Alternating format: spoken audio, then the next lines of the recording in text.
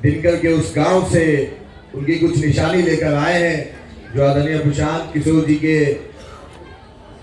आदरणीय विजय कुमार चौधरी जी दिनकर के जमीन की मिट्टी लेकर आए हैं। ये आदरणीय प्रशांत किशोर जी को सविदय भेंट देना चाहते हैं। ये उस क्रांतिकारी धरती की मिट्टी है जहां हमारे पूर्वज आदरणीय रामधारी सिंह दिनकर खुद जन्म लिए थे, जहां उन्होंने अपने जीवन की कर्मयोग की। अब आप लोग इतने देर से इंतजार कर रहे हैं, तो बिना सबके समय लिए हुए मैं एक बात के साथ उस व्यक्ति को आवाज दूं जिसने हम जैसे करोड़ों नौजवानों के दिलों में वो चिंगारी पैदा की, वो उम्मीद पैदा की, जिससे लग रहा है कि हाँ, हम लोग मिलकर अगर ये सामूहिक प्रयास करेंगे तो जल्द ही हम लोग को बिहार का वो चेहरा देखने को मिलेगा, बदलता रंग देखने को मिलेगा। इस बात के साथ मैं उनको आवाज दूं कि हम तो अकेले ही चले थे जानिबे मंजिल, मगर लोग मिलते गए और कारवां बनता गया। आदरणीय प्रशांत किशोर जी। नमस्कार, आप सबका स्वागत है। आप समय निकाल कर यहाँ आए हैं, मुझे मेरी बात कहने का अवसर दे रहे हैं। इस पूरे अभियान में जहाँ तक होता है, हम लोग कोशिश करते हैं कि शहरों में ना जाएं, तो राजनीति की समझ रखने वालों की जो सोच है, समझ रखने वाले लोगों की, उससे उलट है। लोग ये समझते हैं कि राजनीति में हवा बनाना है तो बड़ी सभा करना पड़ेगा। शहरों में, बाजार में जब चर्चा होती है तो हवा वहां से गांव की ओर जाती है। लेकिन इस पूरे अभियान में हमने एक ध्यान रखा इस बात का कि शहरों को अवॉइड करते हैं, पैदल चलते हुए भी ब्लॉक के हेडक्वार्टर पर भी नहीं जाते हैं। और बेगूसराय में हम 1 महीना से हैं, लेकिन आज 2 दिन हमने निकाला है शहर के लिए, और इसमें एक ही बैठक करते हैं जिसमें समाज के सो कॉल्ड प्रबुद्ध लोगों को एक निमंत्रण है। हमको आपको जानने सुनने का मौका है, और आपसे कुछ सवाल जो आपके मन में है वो उसका भी जवाब देने का प्रयास करेंगे। ऐसा इसलिए है कि जो शहर में जो सो कॉल्ड प्रबुद्ध लोग हैं, आपकी चिंता बहुत है, चिंतन भी बहुत है, लेकिन एक्शन कुछ नहीं है। मध्यम वर्गीय जो लोग हैं, हम लोग सब मध्यम वर्गीय परिवार से आते हैं, हम लोग की चिंता बहुत है। देश कहाँ जा रहा है, समाज में क्या हो रहा है, कैसे सुधरेगा। चिंता भी आपको बहुत है, क्योंकि आपकी सोचने की, समझने की क्षमता भगवान ने आपको दी है। लेकिन हम वो लोग हैं कि अपने गाड़ी में शीशा उठाकर एसी ऑन कर लिए तो समझ लिया कि बाहर गर्मी नहीं। मध्यम वर्गीय परिवार जो है वो सबसे ज्यादा, दुनिया का रिसर्च बताता है कि जो मिडिल क्लास है, ये समाज का सबसे असंवेदनशील वर्ग है। हम लोग की संवेदना खत्म हो गई है धीरे धीरे। इसीलिए मेरी कोई बहुत आशा अपेक्षा भी आपसे नहीं है। मैं बहुत कड़वी बात कहता हूँ, आप इतने लोग यहाँ आए हैं, हमको कोई बहुत आपसे आशा अपेक्षा नहीं है। आप परिवर्तन नहीं कर सकते, आप में वो जज्बा ही नहीं है, हम में वो जज्बा नहीं है। अगर परिवर्तन कभी होगा तो होगा गांव का जो भूखा नंगा आदमी है वही करेगा।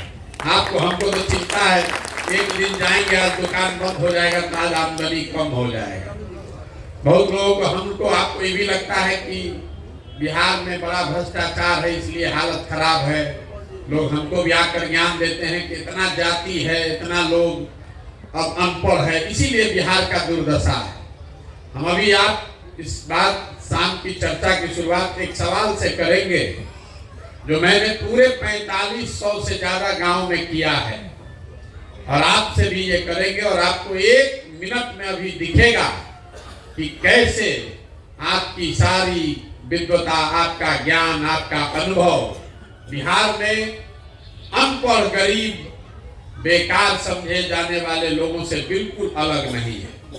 मैं 1 मिनट में एक सवाल पूछूंगा, आपको उसका जवाब देना है, हाथ उठाकर सबको बोलना है। पूरे बिहार में और कुछ हो या न हो, आपकी समझ से सभी के बच्चों के पढ़ने के लिए अच्छी व्यवस्था होनी चाहिए या नहीं होनी चाहिए? बिल्कुल होनी चाहिए। आइए हाँ, जिसको जिसको लगता है होना चाहिए जोर से बोल दीजिए एक बार। बिल्कुल होनी होना चाहिए। चाहिए। इतनी समझ तो सबको है, सबको है। यहाँ बैठा हुआ हर आदमी आधा आधा घंटा इस पर भाषण दे सकता है। हम आपका सिर्फ 15 सेकंड लेंगे।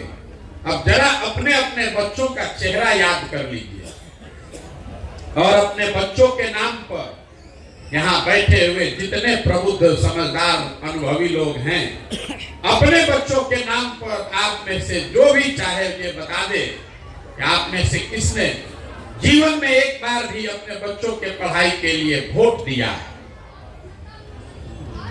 देखिए पूरा पूरा देखिए, पूरा देख लीजिए। और आप अकेले नहीं हैं मेरे भाई, 4500 गांव में हम पैदल गए हैं और अपने भाषण की शुरुआत इसी सवाल से करते हैं। आज तक बिहार में किसी गांव में किसी समुदाय का कितना भी पढ़ा लिखा किसी मंच पर बैठा हुआ या पीछे खड़ा हुआ, किसी ने ये नहीं कहा कि भैया हमने अपने बच्चों के लिए वोट दिया है, बच्चों के पढ़ाई के लिए वोट दिया है। तो क्यों आप बेकार की बात करते हैं? क्यों बेकार का लंबा चौड़ा भाषण देते हैं? और आपका वोटिंग बिहेवियर किसी अनपढ़ दलित जो 500 रुपया लेकर वोट बेचता है उससे अलग कैसे है? क्यों अपने आप को बड़ा बना रहे हैं? यहाँ आप आए हैं हमको देखने कि कौन आदमी है 16 महीना से पैदल चल रहा है। मेरे भाई, बड़ी बड़ी बात लोगों ने कहा, बिहार समाज बदलने साथ चलने का हमको इतना अनुभव है। आप किसी पदयात्रा करने वाले आदमी को देखने नहीं आए। हम 10 वर्ष जो काम किए हैं उस काम की आंच है जो आपको लेकर यहाँ आई है। पदयात्रा तो हम जीवन भर करने आप नहीं आने वाले। जिस काम का लोग शिकायत करते हैं, अरे तो वो आदमी है जो पैसा लेके काम करता था, उसी काम की पहचान है जो आपको खींच कर यहाँ लाई है। नहीं तो कोई नहीं आना चाहता।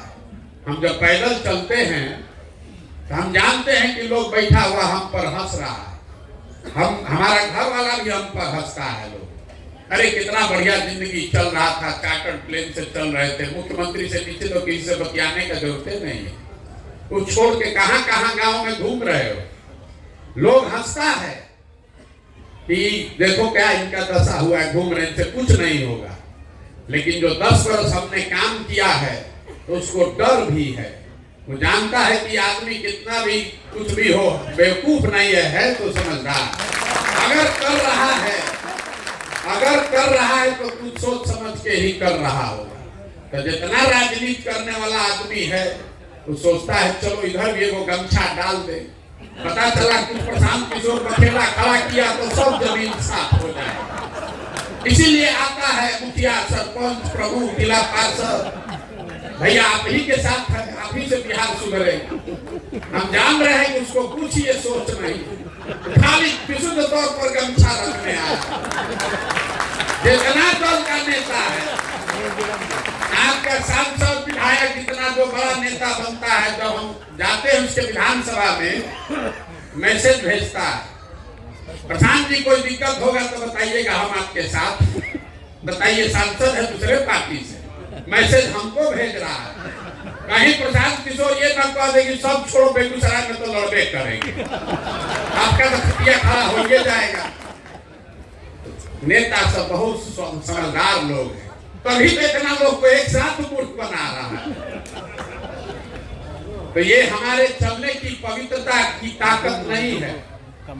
हम तो चाहते हैं कि इसको बहुत ईमानदारी और पवित्रता से करें, लेकिन समाज उस पवित्रता को बहुत अच्छे से नहीं देखता, उसको तो बेवकूफी समझते हैं हम कि देखिए पैदल चल रहे हैं, अरे इससे क्या होगा? अगर 10 करोड़ रुपया खर्चा करके 5 लाख आदमी को गांधी मैदान में भर दें तो सब कहेगा देखिए हवा बना दिया प्रशांत किशोर, देखिए 2 लाख आदमी जुटा था। आदमी वही सुनना चाहता है। हम एक दिन जिला भर के लोगों को बुलाते हैं जब जिला में इंटर करते हैं, अब वो पदयात्रा का सबसे खराब दिन होता है, क्योंकि उसमें कुछ नहीं होता है। जिला भर का आदमी आता है रोड पर, हमको भी धक्की आता है और धक्का खाते हुए 10 किलोमीटर आप जिला में घुसते हैं और सब आदमी आके कहता है भैया बड़ा माहौल बन गया, आज जिला में सब और चर्चा हो रही है। उस दिन ना हम आपको जाने ना आप हमको जाने, न हमने किसी समस्या के विषय में बात की, न लोगों से मिले, लेकिन लोगों को वही पसंद है। और जिस दिन हम पदयात्रा में 150 लोगों के साथ चलते हैं तो बाहर में लोग जब समझते हैं एक्चुअली कि क्या दिक्कत है, क्या आदमी की परेशानी है, उस दिन आदमी बैठ के कहता है अभी भैया जन सैलाब नहीं आया है आपके साथ, जयपुर जन सैलाब खोजने आया है। ये दुर्दशा है हम लोगों की। बिहार के लोगों के जैसे, आप जैसे, हमारे जैसे लोगों के लिए ही ग्रीस में एक बहुत बड़े दार्शनिक थे प्लेटो, उन्होंने एक बहुत अच्छी बात बताई। आज से सैकड़ों साल पहले प्लेटो ने लिखा कि जिस समाज में अच्छे और समझदार लोग लोकतंत्र में भागीदार नहीं बनते हैं, उनको इस बात के लिए तैयार रहना चाहिए कि समाज का कोई मूर्ख आदमी राजा बनकर उन पर शासन करेगा। तो बिहार के लोगों के लिए इससे बढ़िया कोई बात नहीं हो सकती है। आपने, हमने जब प्रयास ही नहीं किया, जो अच्छा है वो सोचता है भैया हम क्या करें, अरे हमसे क्या होगा, ये तो बड़ा गंदा है, तो छोड़ के हट गया। तो जो मूर्ख बचा, लंपट बदमाश बचा, वही नेता है। बिहार में नेता कौन है?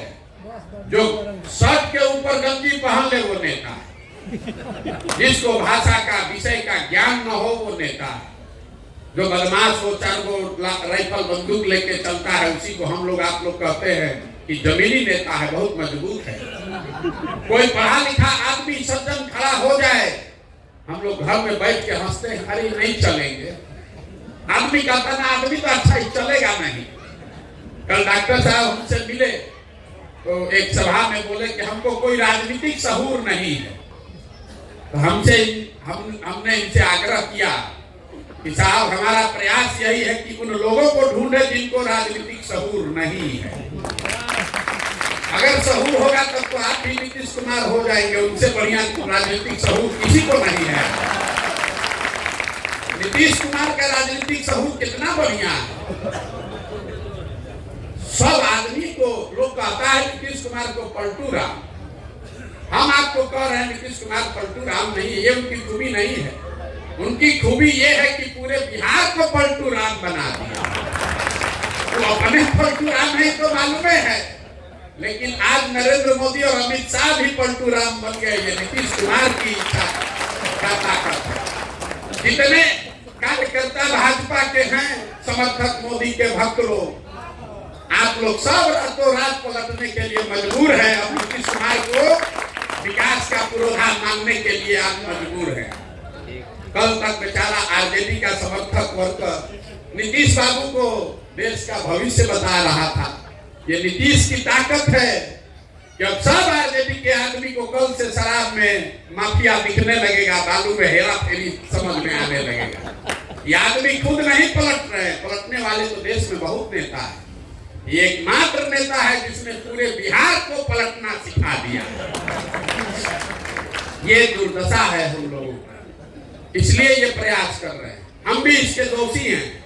इस आदमी को एक अंतिम जीवन, राजनीतिक जीवन दान हमने 15 में मदद की थी तो मिल गई, न तो उसी समय कहानी इनका खत्म था। ये कोई अहंकार से नहीं कह रहे। बहुत लोग हमसे पूछता है, आपका भी सवाल होना चाहिए, अरे आप ही तो मदद किए थे 14-15 में, अब काहे ज्ञान दे रहे? ठीक बात है, लेकिन मेरे भाई 14-15 में जिस नीतीश कुमार की हमने मदद की थी, 14-15 के नीतीश कुमार और आज के नीतीश कुमार में जमीन आसमान का फर्क है। जिस नीतीश कुमार की मदद हमने की थी, उस समय उस आदमी की छवि ये थी कि 2005 के बाद कोई एक नेता आया है जो बिहार को सुधारने का प्रयास कर रहा है। हमको बिहार की राजनीति से कोई लेना देना नहीं था, तब तो हम मोदी के साथ थे। नीतीश कुमार अपना पद छोड़ के मांझी जी को बना दिए थे मुख्यमंत्री। इनको किसी ने बताया कि मोदी जी का जो अभियान चला है वो बिहार का एक लड़का है वही चलाता है। हमसे दिल्ली मिलने आए, हमने उनको बताया कि सर आप तो बिहार बढ़िया चला रहे थे, अभी तो शुरुआत हुई है विकास की कुछ, और आप काहे छोड़ के मांझी जी को बना दिए?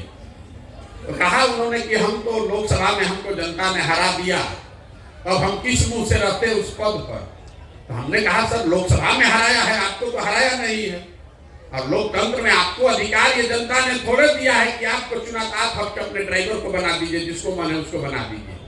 आप वापस आइए और हम लोग अपनी ओर से मदद करेंगे जिस तरह से भी हो सकता है। आप बिहार को सुधार रहे हो, राष्ट्र को यात्रा जारी रहनी चाहिए। बात माने 2-3 महीना में मांझी जी को हटाए, खुद बने, हमने उनकी मदद भी की, वो जीत कर आए। लेकिन उस समय के नीतीश कुमार और आज के नीतीश कुमार में जमीन आसमान का फर्क है। नेता के तौर पर, प्रशासक के तौर पर, मानवता के आधार पर, नेता के प्रशासक के तौर पर इस आदमी को हम लोग सुशासन बाबू कहते थे। आज इनके शासन को लोग अधिकारियों का जंगल राज बता रहे हैं। नेता के तौर पर उनमें राजनीतिक मोरालिटी बची हुई थी कि भाई इस पार्टी को धक्का लगा लोकसभा में तो उस आदमी ने पद छोड़ दिया। और आज 2020 में हमने उनको हरा दिया है। 243 में सिर्फ 42 विधायक है, फिर भी कभी भाजपा का पैर पकड़ के, कभी लालटेन पर लटक के कुर्सी छोड़िए नहीं रहे। और सबसे बड़ी बात मानवता की है, सबसे बड़ी बात मानवता की है।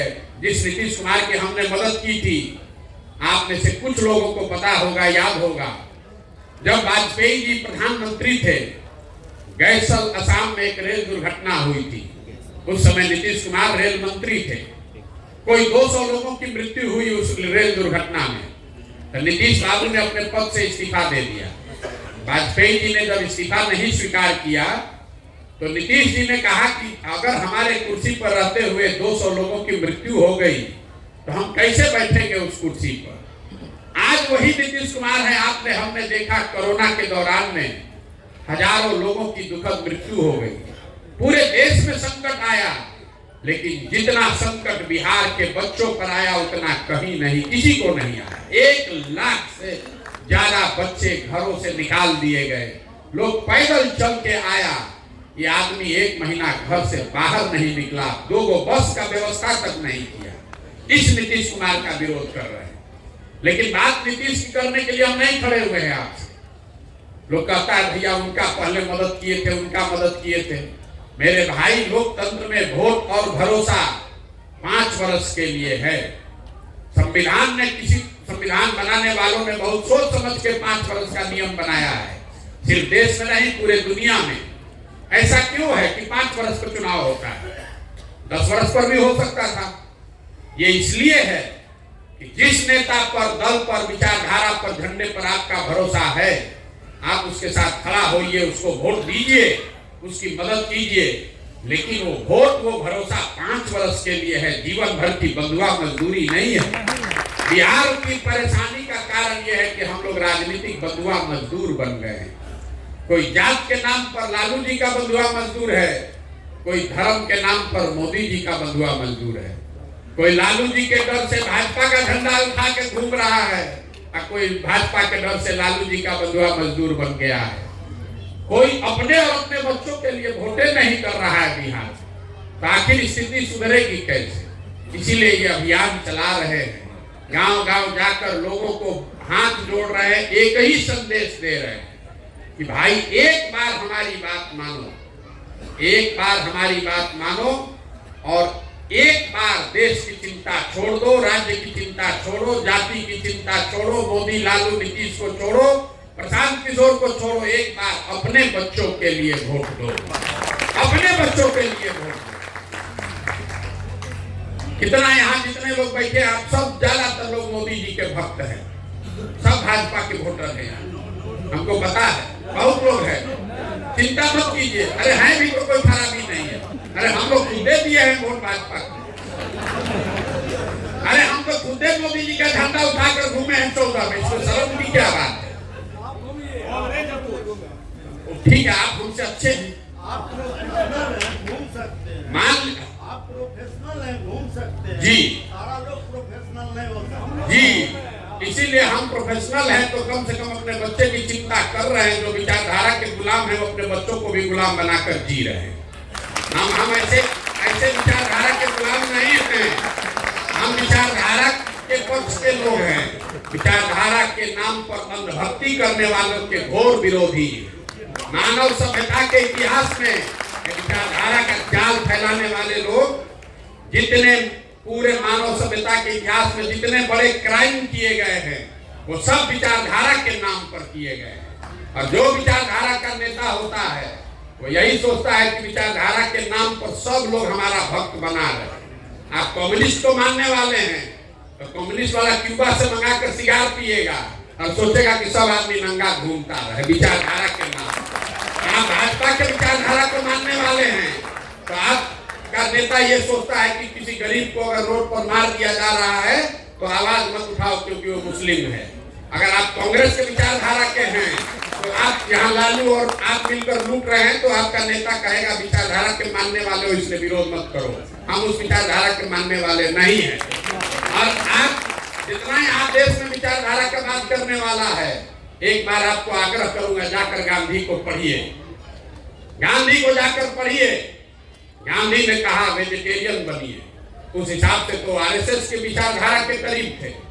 गांधी ने ग्राम स्वराज की बात कही, उस हिसाब से तो सोशलिस्ट हो गए। गांधी ने एसेट ओनरशिप की बात कही, उस हिसाब से वो कम्युनिस्ट हो गए। गांधी थे खुद कांग्रेस में, तो आप बता दीजिए कि गांधी किस विचारधारा के थे। गांधी ने कहा कि जो लोगों के लिए सही है वही सही विचारधारा। विचारधारा के नाम पर गुलामी मत करवाइए। और बेगूसराय में हम 1 महीना चलने के बाद आपको बता रहे हैं, आप लोग इस बात का बड़ा गर्व करते हैं कि हम लोग बिहार के सेकंड सबसे रिचेस्ट जिला हैं। 45,000 है तो वही भिखमंगे वाला स्थिति है सबका हम लोग का, लेकिन 45,000 प्रति व्यक्ति आय वाला जिला अपने आप को बड़ा समृद्ध बताता है। देखिए आपकी दशा, आपकी जानकारी के लिए बता दूं, पूरे देश में प्रति व्यक्ति आय है 1,35,000। बिहार में प्रति व्यक्ति आय है 35,000। बगल में आपका जिला है दरभंगा मधुबनी जहाँ प्रति व्यक्ति आय है 22,000 25,000। उसके सामने बेगूसराय में है 45,000। तो लोगों को लगता है हमसे धनी तो कोई है ही नहीं है। लेकिन इसके साथ एक और आंकड़ा है बेगूसराय का, वो देख लीजिए। आर्थिक सामाजिक विषमता के मामले में बिहार में 17वां सबसे खराब जिला है बेगूसराय। यहाँ आर्थिक विषमता बहुत ज्यादा है। एक आदमी के पास अगर पैसा है तो पूरा गांव गरीब है। ये आर्थिक विषमता दूसरे जिलों के मुकाबले बेगूसराय में ज्यादा है। और ये सब विचारधारा के बावजूद, जबकि ये विचारधारा की जगह रही है। आप दिनकर का बहुत नाम ले रहे हैं। दिनकर का नाम हम मधुबनी गए तो लोगों ने कहा कि भैया ये प्रबुद्धों की जमीन है। मधुबनी में कोई एक से एक विद्वान है। पूरा मधुबनी घूम गए, कोई विद्वान नहीं मिला, खाली मजदूर मिला है। हम लोग वो लोग हैं जो कहते हैं हमारे दादा के हाथी बनता था, हमारे पास खाली अब उसका सीकर बचा। दिनकर कभी पैदा हुए थे, अब दिनकर बेगूसराय में नहीं है। दादाजी कभी थे, हम और आप नहीं हैं। क्योंकि बिहार में जिसकी भी ताकत है, बौद्धिक, शारीरिक या आर्थिक, वो बिहार में है ही नहीं। सब बिहार से आदमी भाग गए। कौन यहाँ बचा है? जिसको कुछ नहीं है वही यहाँ बचा हुआ है मजबूरी में, या जो जीवन के तीसरे चौथे पड़ाव में है वो है यहाँ पर कोई नवयुवक बता दीजिए जो बहुत सक्सेसफुल हो, जो रह रहा हो बेगूसराय में, कोई नहीं रह रहा। और ये आपके लिए चिंता का कारण है। जो पैसे वाले लोग हैं, आपको लगता है कि हम तो ठीक है, हमारा लड़का पढ़ रहा है। मेरे भाई आपकी दुर्दशा गरीब से ज्यादा खराब है। गरीब का बच्चा तो फिर भी छठ में आ रहा है तो 1 महीना रह रहा है। आपका बच्चा तो 2-4 दिन आता है, उतने दिन आप मुंह देखने को मिलता है। हमारे अपने बच्चे की दशा देख लीजिए। हमारे बाबूजी 16 कमरा का घर बनवाए, इसमें बेटा रहेगा, इसमें पतोह रहेगी। अब उसमें वो दिया जलाने वाला भी कोई नहीं है। 5 बरस से हम अपने को अच्छा बेटा बता रहे तो 4 बरस से घरे नहीं गए। हमारा बेटा, हमारे पास कितना भी पैसा हो, वो एक दिन भी बिहार आने वाला नहीं। काहे आएगा? बिहार में कुछ है ही नहीं। ये दुनिया का अगर हम लोग अलग देश होता अगर बिहार, तो दुनिया के 6वें सबसे गरीब देश होते। अफ्रीका में 54 गो देश है, उसमें भी 4-5 गो हम लोग से पीछे, हम लोग से सब आगे।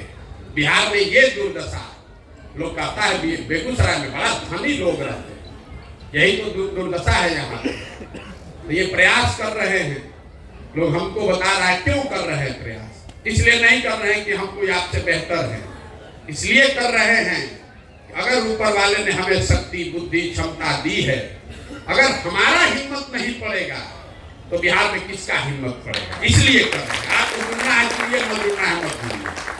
इसलिए कर रहे हैं कि इस मिट्टी का कर्ज है। हमारे बाबा यहाँ पर मजदूर थे, बैलगाड़ी चलाते थे, बाबूजी हमारे डॉक्टर थे, यहीं पर सरकारी विद्यालय से हम पढ़े, यहीं पटना साइंस कॉलेज से पढ़कर निकले, 20,000 रुपए की नौकरी चाहते थे। आज 5,000 आदमी को नौकरी दिए हुए हैं, हजारों आदमी को खिला पिला सकते हैं, इतनी बड़ी व्यवस्था चला सकते हैं। तो मुझे ऐसा लगता है कि अगर किसी ने, हमारे पूर्वजों ने कुछ अच्छा किया होगा तभी तो हमको ये मिला है, तो ये हमारी जिम्मेवारी है कि हम प्रयास करें, तभी सुधरेगा, न तो सुधरने वाला नहीं है, कभी नहीं सुधरेगा। चाहे बिहार में जो स्थिति है सुधरेगा ही नहीं, क्योंकि आपको हमको सुधरना नहीं है, आपको हमको सुधरना नहीं, हमको खाली बतियाना है। बिहार में बात का अंत नहीं है। अभी हम यहाँ बैठेंगे और सब आपका सवाल लेंगे और आप देखिएगा, लोग कहेगा भैया जाति से कैसे निपटा जाए, जाति का सॉल्यूशन क्या है। अरे मेरे भाई, जो अगर आप राजनीति करना चाहते हैं या राजनीति के जरिए समाज को सुधारना चाहते हैं, तो आपके पास ये विकल्प नहीं है कि समाज में सब अच्छा हो जाए तब आप राजनीति कीजिएगा, कि जाति न रहे, भ्रष्टाचार न रहे, बाहुबल न रहे, तब हम आएंगे राजनीति करने। तो ना कभी जाति खत्म होगा, ना कभी आप आइएगा, ना कभी भ्रष्टाचार खत्म होगा, ना कभी आप राजनीति कीजिएगा। और अगर सब खत्म हो जाए, समाज उतना अच्छा बन जाए, तो फिर आपकी हमारी जरूरत ही क्या है। जिसने बनाया उसी को राज करना चाहिए। तो सारी समस्याओं के बाद भी आकर प्रयास करने की ही बात है, इसलिए राजनीति की जरूरत है। मैं ये आपसे अपेक्षा नहीं रखता हूं कि आप सब लोग राजनीति में आ जाइए, जरूरत नहीं है, लेकिन कम से कम जागरूक नागरिक बनिए। ड्राइंग रूम में बात करने के जो बात कर रहे हैं, वोटिंग जब वोट देने जाते हैं तो ध्यान में रखिए कि जो ड्राइंग रूम में 5 वर्ष बात किए हैं उसी आधार पर वोट कीजिएगा। अंत में आकर आपको भी अक्षत पर ही वोट देना है, तो फिर काहे के लिए दूसरी बात कर रहे हैं। जब हम एकदम तंग आ जाते हैं सुनते सुनते, एक भैया ये नहीं है, वो नहीं है, पूरा रास्ता दिन भर आदमी गाली देता है, उससे अच्छा ही बताइए विधायक ने कई बार से जीत रहे हैं, तो भैया 3 बार से। सांसद महोदय कई बार से जीत रहे हैं, तो सांसद महोदय तो भैया 2 बार से जीत रहे हैं, उससे पहले बाबूजी 3 बार से जीत रहे हैं। अरे भाई, आप गाली भी दे रहे हैं और उसी आदमी को 5 वर्ष से आप जिता भी रहे हैं, 25 वर्ष से, दोनों बात कैसे हो रहा। बेगूसराय में जो सांसद विधायक जो भी है, उसको वोट तो बेगूसराय के लोगों ने दिया है ना भाई। आप दूसरे को क्यों दोष देते हैं? जब कुछ जवाब नहीं मिलता है, आदमी कहता है भैया विकल्प नहीं। मेरे भाई, विकल्प नहीं है तो आप विकल्प बनाइए। आपको किसने रोका था विकल्प बनाने से? लेकिन जो मैंने आपको कहा, कोई एक अच्छा आदमी खड़ा होता है तो पूरा समाज उसको गिराने में लगता है कि ये आए है राजनीति करने, इनका चलेगा। एक अच्छा आदमी हारता है तो हजारों आदमी की हिम्मत टूटती है, अच्छे आदमी के राजनीति में वो नहीं आता। आप हर आदमी यहाँ कोई ना कोई किस्सा कहानी सुना देगा कि निर्दलीय एक अच्छे आदमी खड़े हुए तो उनको 6,000 वोट मिला।